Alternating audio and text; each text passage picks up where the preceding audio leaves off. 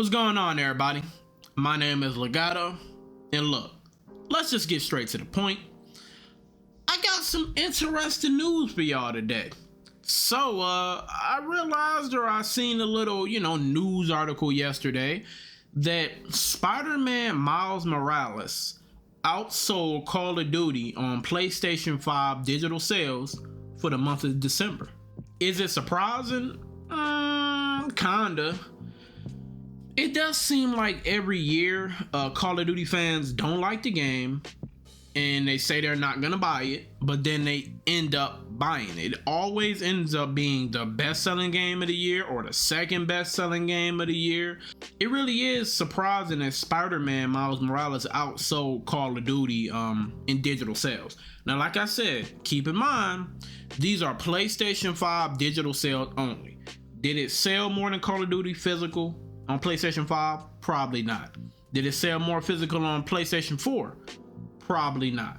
But the fact that it outsold Call of Duty on any platform in any area or any type of place is quite the accomplishment. Spider-Man is a single player game. Call of Duty is a multiplayer game that is ever evolving. Those games typically do better than single player games, as you all kind of would know. And my thoughts on Spider-Man Miles Morales, I actually beat it about 2-3 months ago, and it's an amazing game. It's a tad bit short, a little too short. I didn't pay the little $60-$70 for it, but if I would have paid $60 for it, I probably would have been a little disappointed by the length. But gameplay wise, it's an improvement over the original Spider-Man game in every single facet. So I'm really excited to see what Insomniac is going to do with Spider-Man 2. And then when Spider-Man 2 come out, dog, look, do not contact me. I'm not uploading on YouTube for a good week.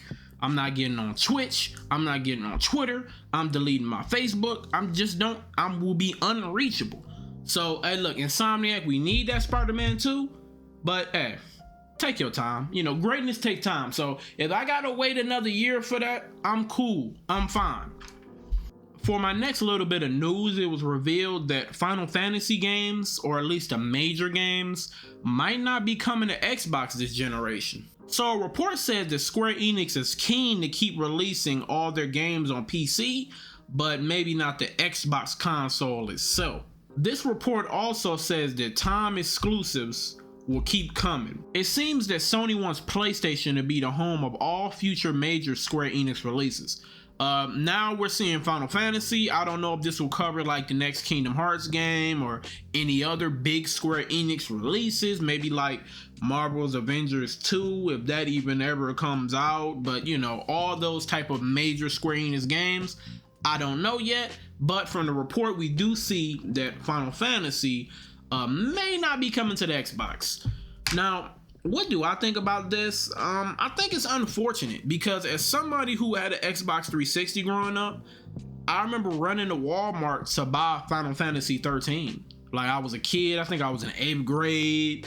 I had saved up my allowance for like 2 months to be able to get this $60 just to play Final Fantasy 13 on my 360. We often get on the internet and be like, well, if you want to play the games, then just go buy the system.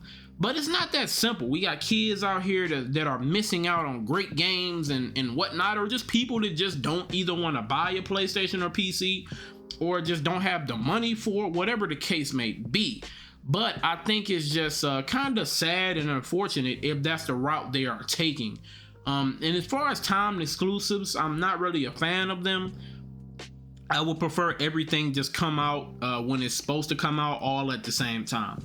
Rise of the Tomb Raider was a game that was a timed exclusive that I still have not really gotten into because of the fact that I beat the original Tomb Raider, and then the second one was coming out, but it was only on Xbox. So by the time it came to PS4, I just didn't really care. I still want to play through the game eventually because it was just released for free on Epic Games. I bought it on PC. I bought it on PS4 twice, but it's just like I think if I would have gotten it the time it came out on Xbox, I believe I would have beaten it. So sometimes those timed exclusives can kill your passion or your desire to even complete a game.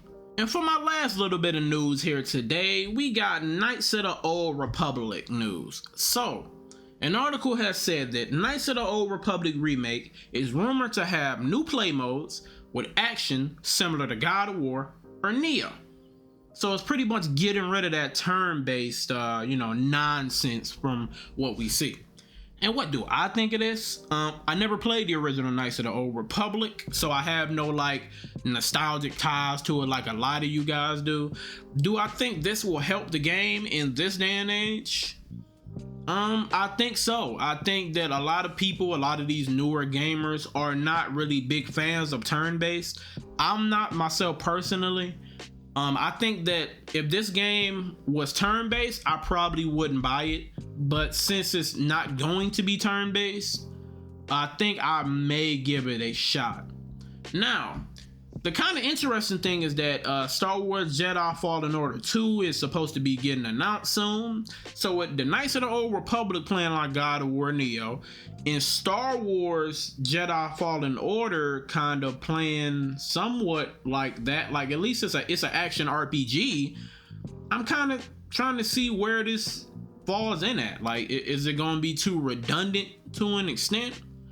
I don't know.